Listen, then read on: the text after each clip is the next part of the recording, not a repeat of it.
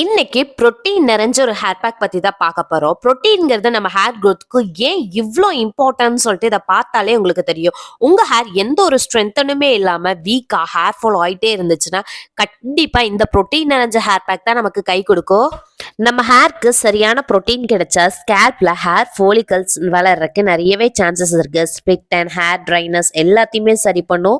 ரொம்ப எஃபெக்டிவா இருக்கக்கூடிய இன்கிரீடியன்ட் எல்லாத்தையும் தான் இதுல நம்ம ஆட் பண்ணியிருக்கோம். நைட் ஃபுல்லா ரைஸ் வாட்டர்ல பச்சை பயிரை நல்லா ஊற வச்சு எடுத்திருக்கேன். இதுல அயன், ஜிங்க், விட்டமின் பி இருக்கு.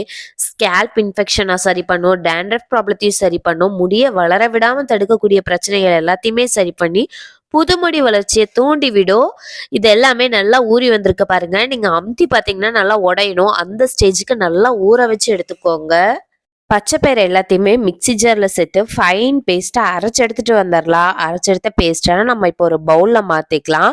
இது கூடவே இன்னும் கொஞ்சம் முக்கியமான இன்க்ரீடியன்ட் எல்லாம் சேர்த்துக்கலாம். ஆலி விதை எடுத்துக்கிறேன். இந்த ஆலி விதையில் ஒமேகா 3 ஃபேட்டி ஆசிட் இருக்குது. இது நம்ம ஹேரை நல்லா ஷைனிங்காக வச்சுக்கும். ஹேர் ரூட்ஸுக்கு நல்ல ஒரு ஸ்ட்ரென்த்தனை கொடுக்கும். ஸ்கேல்ப் இருக்கக்கூடிய இச்சிங்கையும் சரி பண்ணும். நியூ ஹேர் க்ரோத்துக்கும் சப்போர்ட் பண்ணும்.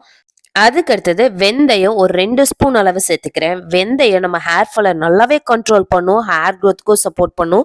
ஸ்கேல்ப் இருக்கக்கூடிய இன்ஃபெக்ஷன் எல்லாத்தையுமே சரி பண்ணி பொடுகு பிரச்சனையும் சரி பண்ணி கொடுக்கும்.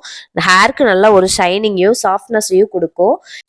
அதுக்கு அடுத்தது செம்பருத்தி பூ. நான் காஞ்ச செம்பருத்தி பூ சேர்த்துக்கிறேன். உங்களுக்கு ஃப்ரெஷ்ஷாக கிடச்சதுன்னா ஒரு 20 to 25 செம்பருத்தி பூ சேர்த்துக்கோங்க.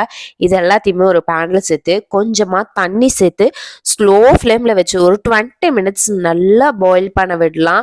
இதனோட கலர் எல்லாமே நல்லா சேஞ்ச் ஆகி வரும். அந்த அளவுக்கு நல்லா ஸ்லோ ஃப்ளேம்லேயே வச்சு குக் பண்ணுங்க. இது எல்லாத்தையும் நல்லா சூடாக இருக்கப்பவே நம்ம ஃபில்டர் பண்ணி எடுத்துக்கலாம். இந்த ஹேர் பேக்கை தொடர்ந்து வாரத்தில் 3 நாள் தலைக்கு குளிக்கிறதுக்கு முன்னாடி இந்த ஒரு ஹேர் பேக் அப்ளை பண்ணி ஹேர் வாஷ் பண்ணி பாருங்க.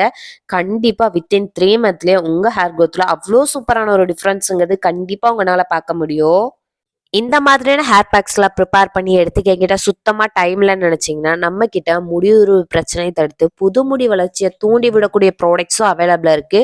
ஸோ வேணும்னு நினைக்கிறவங்க உடனே கீழே தெரியிற வாட்ஸ்அப் நம்பருக்கு வாட்ஸ்அப் பண்ணி உங்க ஆர்டர் பிளேஸ் பண்ணிக்கோங்க.